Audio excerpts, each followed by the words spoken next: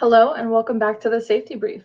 I'm your host, Elizabeth, and today we're diving into a topic that's increasingly relevant in our hyper-connected world, and that's emerging threats and mobile security. As we rely more on mobile devices for both personal and business needs, the risk we face for malicious actors are growing. Today, we're going to explore the biggest threats, how they've evolved, and what we can do to stay protected. We have Mike and Matt here with us to grace us with their knowledge, so thank you both, as always, for being here. Thanks for having us.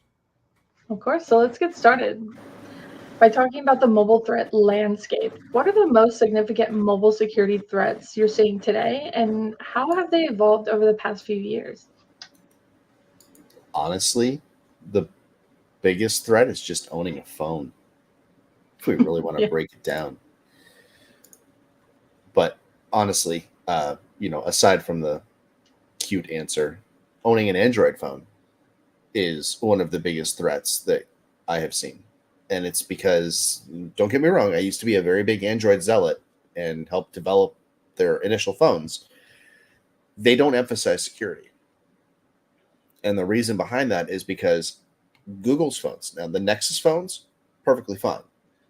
The Pixel phones that they've been bringing out, perfectly fine. And it's because they run AOSP Android.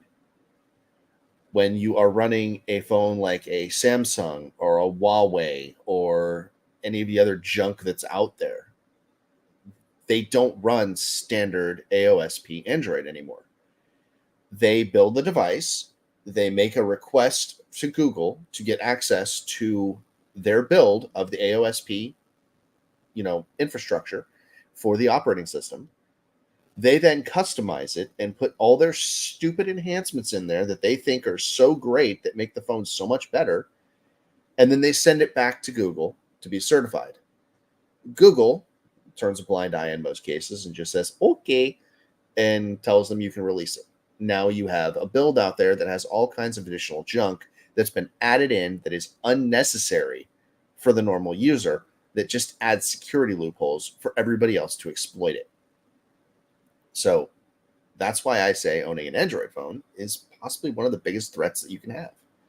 I know that people love them. I have some friends that have switched back to them because the technology is there, because the AI is there with Google's new AI stuff that they've been putting in. But unless you're extremely security conscious when using that device, there's a lot that can actually be hit, and we'll cover a bit more about where the threats come from in a tiny bit. Yeah, another thing to note with Android phones, they're normally the ones that you see that are being jailbroken a lot more than Apple devices as well. Not to hit more on them, but yeah.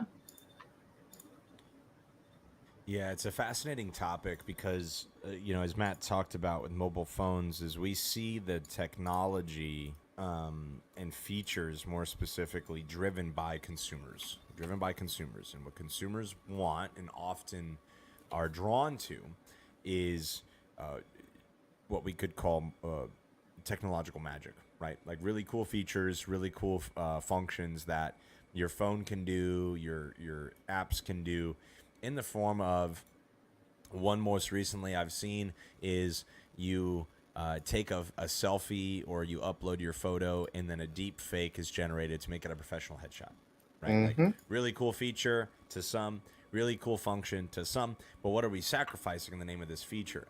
And we see a lot of mobile apps do this in many different ways.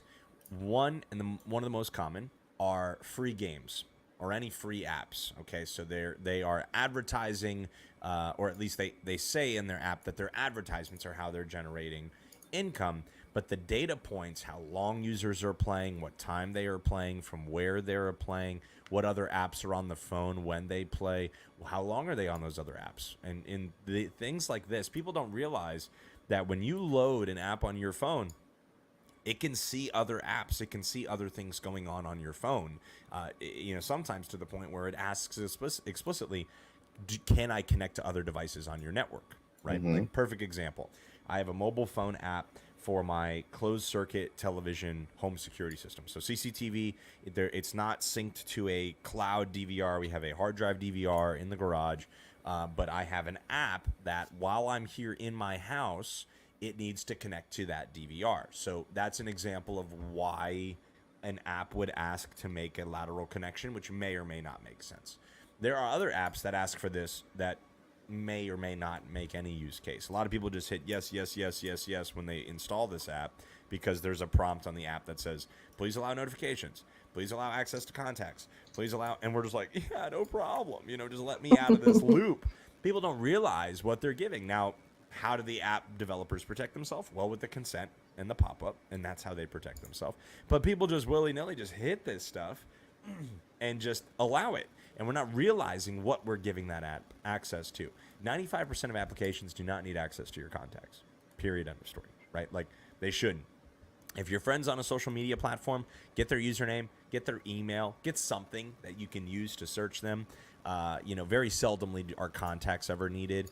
Connecting to devices on the network is another component, often unnecessary. Where we see this most common is, like I said, you have security systems that may make sense. If you're an Amazon Echo Dot, Apple HomePod user, you have a smart doorbell, a smart fridge, this is where it gets really, really dicey. And this is where I would recommend, if you are a smart home or smart hub device enthusiast, look at segmentation for your smart devices, right? And an example is our smart TV and our security system to that point and our motion detecting monitor by the front door and the doorbell are on our guest Wi-Fi, right? So all of that is only accessible on the guest Wi-Fi. My home computer, our iPad, my phone are all on the home Wi-Fi. So what do I have to do in order to access those things? I have to hop on my phone. I just click my other Wi-Fi, my guest subnet, and you hop over there. But that's an example of like, where are some things app-based that are on mobile phones that are going to be gathering more information than you think they are, to Matt's point. And number two, I'd love to take a shot across the bow at Apple right now, because their integration of Apple Intelligence coming with iOS 18 is backed by OpenAI. And OpenAI has some very, I'm not going to say unorthodox, but maybe less Concerning. than ideal. Yeah, definitely concerning from an ethics standpoint, business practices. And if we really want to blow the lid off the rabbit hole, we could talk about how that was intended to be a nonprofit, and now it's valued at over $1 billion. And so not many nonprofits make that much net worth. And so, but long story short, mobile phones is a great example. Mobile devices in general, I think anything that you have that you're connecting and traveling with that we often load our entire livelihood onto, whether it be media, photos and videos of us and our families. A lot of people are taking pictures of their driver's licenses because they ought to upload that to a resume or to an application. Well, now I got your driver's license, right, if I have access to that data, as well as company data. So mobile devices, 100%, because they are so deeply entrenched into everyday life, are a huge piece of attack surface. That's for sure. Mm-hmm. Yeah, To and to touch just on speak that. a little. Oh, sorry, go ahead. Okay. To touch on that, you were talking about the discovery aspect of some of these applications and wanting to find things. It's not even the I want to connect to other applications aspect. There are certain apps that when you install them, map your entire network. Mm-hmm. Why do you need to map my entire network in order to do basic functionality? Looking at you, TikTok, that's something that I've never understood. Like I have a very large hatred towards TikTok. I have friends that used to do some things on TikTok, and I caved somewhat to peer pressure and got on TikTok, but they laughed because I had to go through hell in order to get on TikTok. And the reason behind that is TikTok is fully blocked in my environment. On my main network, where anything that I care about exists, TikTok is restricted. You cannot access it if you wanted to, no matter what. So I had to find a backup phone and put it on my secondary internet connection. Yes, I have 2 internet connections purely for this purpose that do not touch each other ever, in order to access TikTok. Even then, I felt dirty because it was still trying to map to non-existent devices that were on my network and was trying to find them. And I don't understand why an app like that is trying to pinpoint what devices are in my network and why it's polling all the information that it was polling about them. There's no purpose for that. If all you're going to do is show me extremely stupid reels of people acting like they have an IQ of 12, why do you need to know where the rest of the machines are in my environment or any information about them? It doesn't really make sense until you read the terms that come along with accessing their program, which is you basically, by uploading anything to their program, give them unilateral control over any content that you are uploading. Which means it could be used It could anyway. be in any way that they deem or for any purpose that they deem, which means that you lose your identity when you are uploading anything to their platform. Cool, you're getting millions of views. They're getting millions of dollars because they are reappropriating everything that you're sending for their own means and selling that data to whoever they want. Your data is worth Plus, more than you know. and what about the data that they're collecting on the back end about all those devices, the device information, the versions of the devices that are running, selling all that information to people? There's known versions of certain things that have vulnerabilities in them. There are certain smart TVs that have egregious backdoors that if they know that you're using a specific TV and a specific OS version on that TV, they can literally access that and then take over your entire network. That's actually a really fun game if you ever feel like playing it. I'm not advocating that anybody do that. I'm just saying it's a really fun game.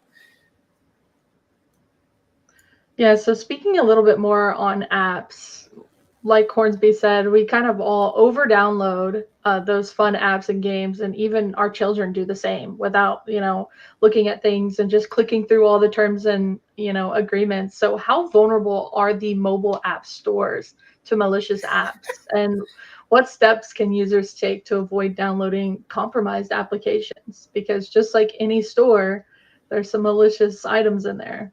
Some? That's being generous. And yeah. Do you want to do your screen share, Mike? Yeah. So I've been having fun here on. Oh Lord, he's having fun. Run for cover. Looking up a couple of these. So one thing that I appreciate as an iOS user, and I'm not a zealot. I've hopped back and forth between the camps more times than I can count. I have over 200 gigs of data still in Google Cloud I need to get out that I haven't been able to port over. And if you know, you know. It's a terrible experience. But what I want to show real quick is something in the iOS store. I'm showing you the web version. This is visible in the iOS App Store. So when you're searching for an app, there is a required section of disclosure that the Apple App Store requires of every app that is published. So if you scroll down a little bit, you'll be able to see it. It's below the reviews, and it's called App Privacy. So for those that don't know about this, this is an incredible high-level overview. It takes you 30 seconds to review. But these are explicit disclosures that Apple makes the app disclose of what kind of data are you gathering, what kind of privacy practices are you having with that data, and they're broken up into categories. So there's data used to track you, data linked to you, and data not linked to you. If you're curious about like what is good, what is bad, data not linked to you is what we prefer as privacy advocates, meaning you're collecting data, but it is deassociated with the identity of the user submitting that data, right? So I don't know their age, I don't know their demographic, I don't know where they are, I don't know what carrier they're on, I don't know when they're using it. I just have good data, right? This is good marketing. Just anonymous. Open, yeah, it's open close rates, right? Like Elizabeth is a champion of, like, hey, people are opening this, they're not reading this, they're clicking on this. But data linked to you is what data are you generating for an application that is linked to your identity? That's like medium, right? Like we're going to accept a little bit of it, but we really don't want to accept a lot of it. Data linked to you is that middle column. Data used to track you is data points pulled from your behavior on other applications anywhere on your phone. So how are you using your phone? When are you using your phone? That is outside of the app. It literally says track you across apps and websites owned by other companies. So what do we have? We have Facebook, right? Contestant number 1, and I got like 6 here. So Facebook has data used to track you anywhere you put in other data, contact info, and identifiers outside of the Facebook app. It's looking at, and it's not only collecting all of this data, it is linking it to your identity, right? So that's example 1, okay? Facebook. TikTok, right? 3 different columns. Data used to track you, again, that's going to be the worst column. Data linked to you, literally everything, right? Search history, browsing history. This is to you. This isn't what you've searched. This is what Mike Hornsby has searched, right? Like it's very specific. Not linked to you, maybe some usage data, right? Whatever they had to do to just put something in this column, they probably did because they wanted to look better than they are, but that's what all companies do anyway. So up number 3, Home Depot, right? I'm going to shift. This is like a retail store, brick and mortar. You can go and you can order things online. You can order for pickup in store. Surprisingly enough, they still have all 3 categories, right? Data linked to you is minimal. Data linked to you is going to be whatever, 8 categories. Data not linked to you, your location. So meaning if you are in a store, in a Home Depot store, it will show you like stock in the store, but it's not linking your identity to that location. It's just saying the device is here, it's in this store, this is where we're going to show you stock, right? Bank of America. Okay, a lot of people do mobile banking on their phone. So we're going to see pretty dang good privacy practices for a mobile app, okay? And this is the kind of stuff, you notice no data used to track you, minimal data linked to you, and almost equal to data not linked to you. So this is the kind of stuff as you're practically watching this and thinking about this. Obviously, if you're listening to the audio-only content, there's a lot of screen share going on right now, but a couple more apps to round this out. But data linked to you, not linked to you, these are good. We want to see these very lean categories. Temple Run, very common, almost one of the most goated mobile phone games of all time, right? It's great. Incredibly good privacy practices for a free game, game. Meaning they are relying heavily on income from advertisements, which we get. We watch Netflix with advertisements, TV with advertisements, we get it. But this is for a mobile game that is free. This is pretty dang good. It's pretty dang good.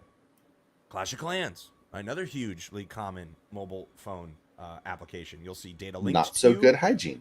a lot. Data used to track you, a lot. There is no data gathered that is not linked to your identity in this app. So show you like hot or cold, that not all games are created equal. And these are both free games. They both have ads, right? Last 2. T-Mobile, you want to manage your cell phone plan. Data not linked to you, data linked to you. You're going to be able to review this. And then the good old flashlight app. I can't tell you how many people I've seen that download a flashlight or a calculator app when they are native to your phone. Stop doing these things. These are bloatware. This is malware. It's not good, right? Any one of these utilities, data used to track you. 5 different markers. That flashlight is not a flashlight app. It doesn't turn on and off the flashlight. It is monitoring more data of what you're doing in other applications and things on your phone than TikTok. So nobody's talking about the flashlight app. Everyone's talking about tell TikTok. me why a flashlight needs to know your location to turn the light on. Well, here's the Right? important thing about TikTok, and this is why it becomes so dangerous with some of these mobile apps and why it's a massive security hole. Pull up the TikTok one again. We're going to do a little show and tell here. First off, you can see all of the financial info. That means that they can see information that is linked on your phone if you happen to be using saved payment methods. Or now, any device that you log in. Yes. Now, here's the worst thing about this. What is TikTok generally used for? Making dumb videos, right? Video creation, media creation. Yep.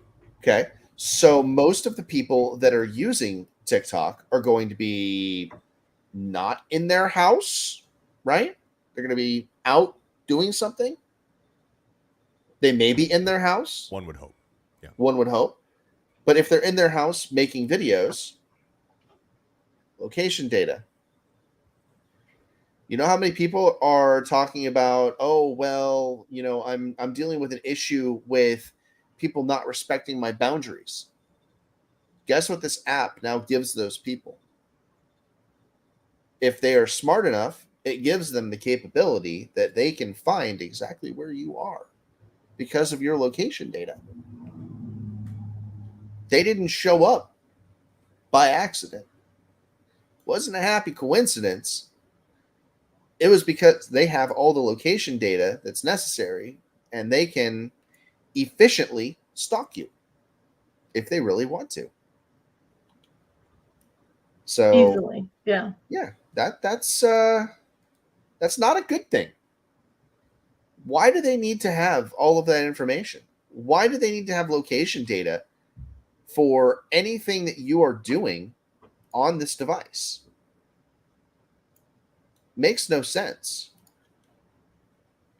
Yeah, another thing to keep in mind is not only are these companies getting this data, but they're selling it. And not only that, but then you have to think about all these different hands that have your data in their hands and how secure they are from threat actors.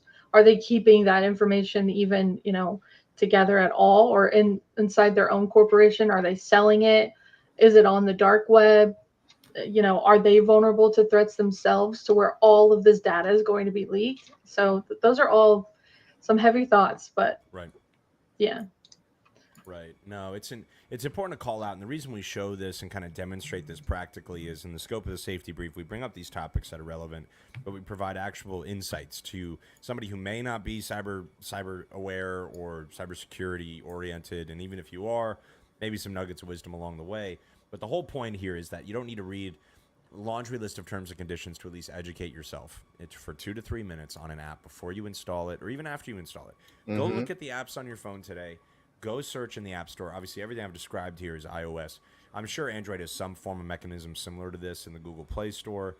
The whole point is you should know how your data is being handled. It is becoming a right? Like if it is my usage, it is my data. You should know that. And so if you look at the bottom of a lot of websites now, there is a "Do not sell my information" button. It's literally like the most blatant.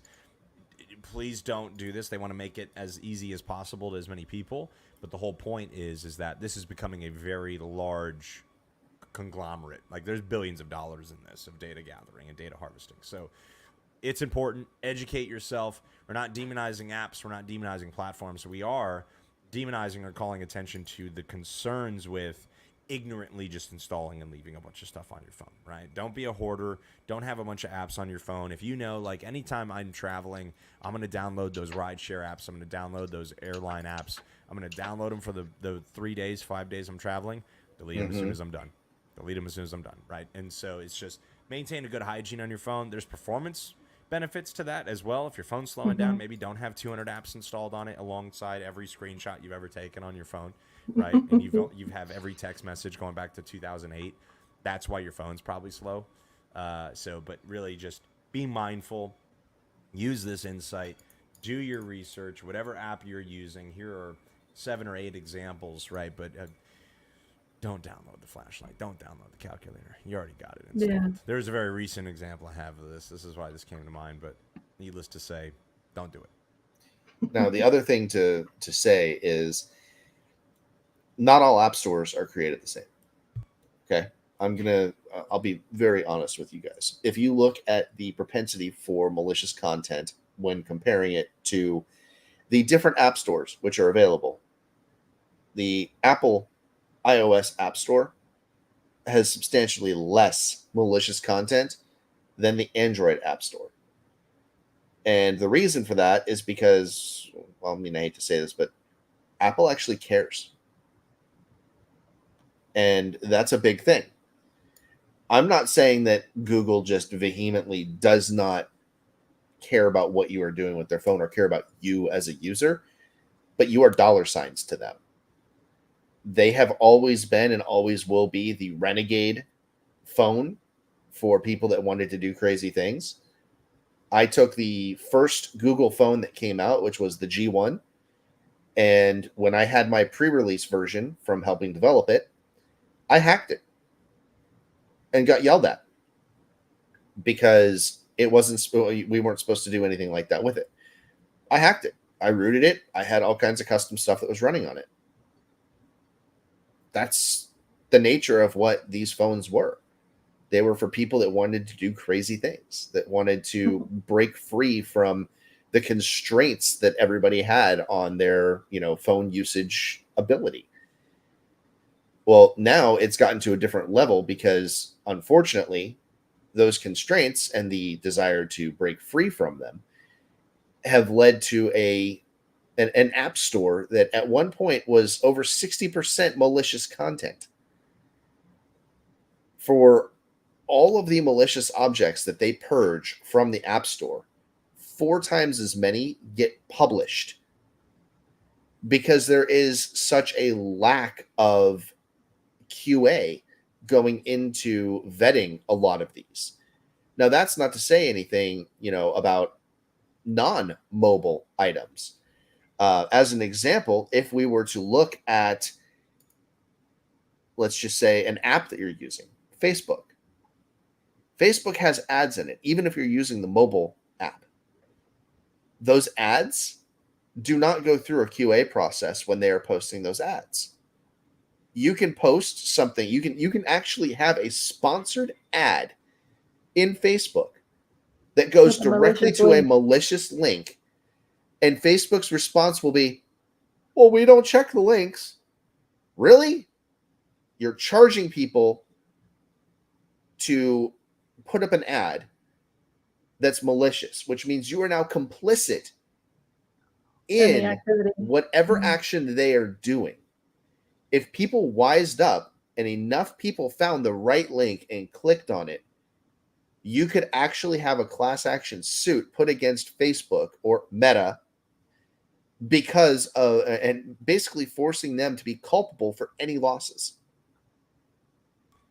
Is a hugely important point, and it really helps describe the ethos of the companies that are hosting these apps, because what they've done is, so the iOS store and the Google Play Store, these are marketplaces. These are places where people come to set up kiosks. Think of like a flea market, a farmer's market, whatever. They are welcoming people of all different creeds, cultures, backgrounds, races, and interests, right? Whatever it is.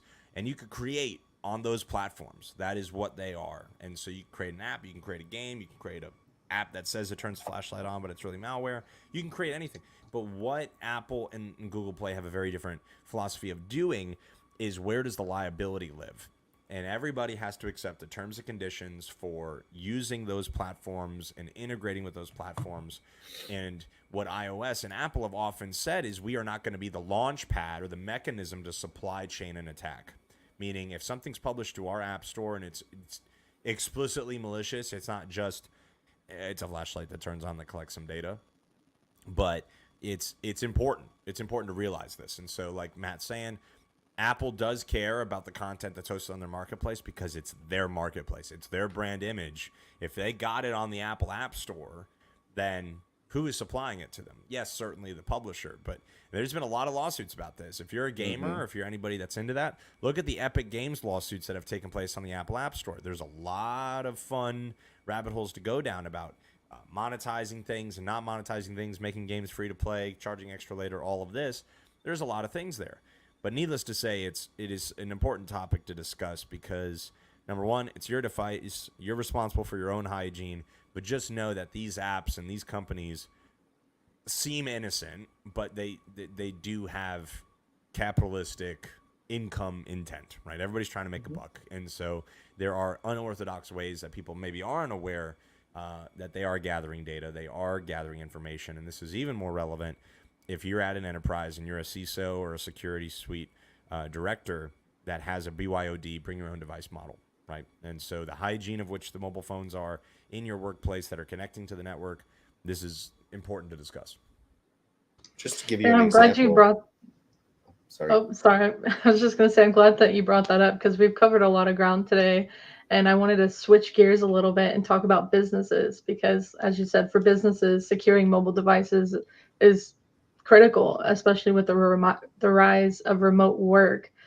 So, like, what role does mobile device management, or MDM, play in securing mobile devices and data, and how should companies implement it effectively? MDMs are good, but they're also partially useless if you really want to break it down. An MDM is going to be able to help you keep track of what a device is running, what OS is it running, is it up to date, all that fun stuff. The problem with an MDM is it's not going to restrict the user from doing something stupid. That that is not what its design is. That's not what its purpose is. Given how much data is on a mobile device right now for most people's work, there needs to be much more clarity and much more in policy as to what acceptable use is. And it needs to be clearly outlined that if you, the owner of the phone, is found to have violated that acceptable use policy, what penalties you incur. Because the company will incur penalties in the form of potentially lost data, lost revenue, damage to reputation, etc. A lot of times there's nothing outlined about what actually happens to the end user in that case, and there's nothing that can happen. The company's just like, oh crap, well, here we go again. Bob decided that he wanted to go to some website and download something from, RussiaLovesYou.com. And, now we're in this situation all over again. There's a lot of terrible things. I worked at a company that this was a while ago. The founder went a little bit insane. Has a couple of Netflix documentaries about it. We won't dive too deeply into that. But there was nothing in place around their mobile devices. They finally tried to put something in place. They created an application that could be put on your mobile device that gave the company the ability to fully wipe your device. I'm talking all your data, all your crap gone in an instant. This was on a personal device. If you wanted to use it and access anything like your email, you were required to put that application on. Great idea in practice, but all you need is one vindictive person and everybody's data is gone. Now, there were good reasons behind that, because at one point, they had a mass exodus of salespeople. It was an involuntary mass exodus, also known as a reduction in force. Because they did not have those controls in place, people had entire contact lists of customers on their phones. Within a Probably week, left with them. yeah, within a week of them leaving the company, they were hired somewhere else because they were telling people, we've got all this customer information that we can bring with us. Yep. There was nothing that restricted them from taking that. I mean, ethically, you shouldn't. Morally, you shouldn't. But let's be honest. If you've got a competitive advantage that can put you, ahead of people when trying to find a new role, you're going to leverage that. So they didn't have that in place. There was no DLP solution. There was no MDM solution. There was nothing in place that actually prevented them from just walking away with the entire Rolodex of information. So an MDM, it's great, but it's not going to prevent that. An application like they had on those devices, it prevents it, but it also is kind of a really, really gray area, because you technically can't touch user data that isn't company data. You can take an action on anything that is company data. So if you want to set something up like that, wipe the email accounts. That's fine. You can delete, any program or any account that is part of a corporate environment, but you cannot touch the user data itself. And that's where it becomes really touchy and a gray area, because once the data is pulled from those areas, from Outlook, from a shared repository that your device has access to, does it then become user data because it's no longer within the ecosphere of that corporate environment? I think that's why it's also important to have trust that you're, hire for the culture, like we always say. Don't hire people that would put you at that risk, for sure. The complication with that is, as you become larger and larger and larger, it becomes less about the culture and more about, we just need a warm body to fill a seat. And that's where you start running into the complications, because as you start bringing in more people and more higher ups, their change is going, or their charge will become different based on, if they're behind the 8 ball on getting a project out the door. If you have a CEO that's getting on the CFO or the CTO and saying, well, why isn't this being done? They're not going to go for the vetting process. They're going to go for, I need somebody in here to get this done now. And that's where you start running into these complications, where you can get somebody that's less than ethical.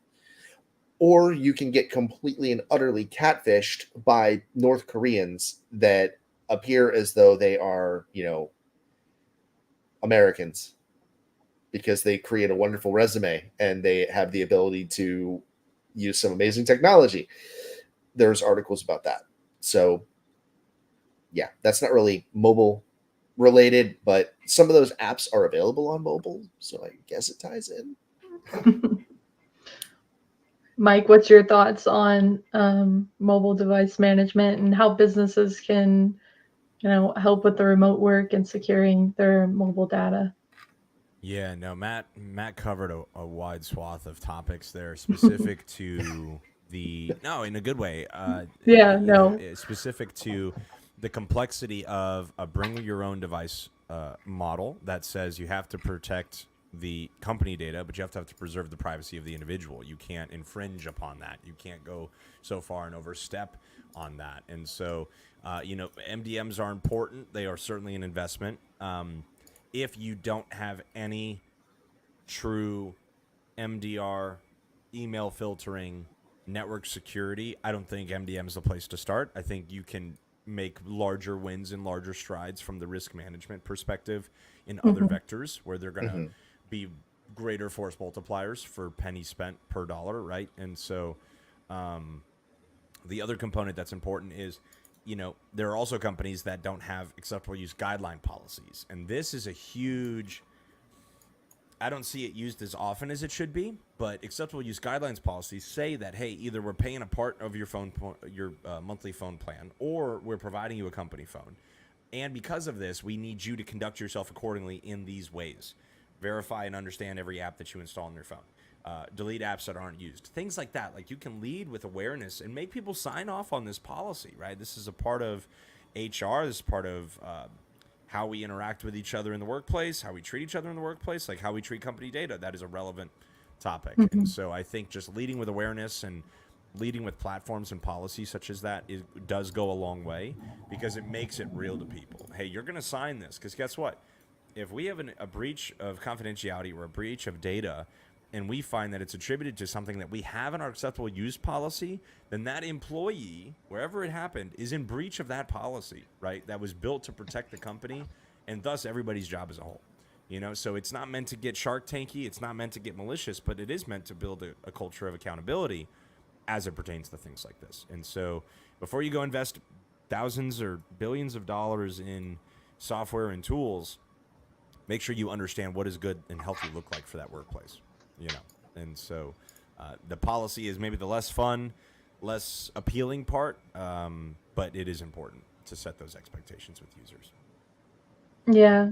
Well, thank you all for those valuable insights. And, I completely agree. The end user awareness is definitely important. And it's why we're here today and every Thursday at 2 p.m. on the safety brief. So it's clear that mobile security is rapidly evolving, and staying informed is key to staying safe.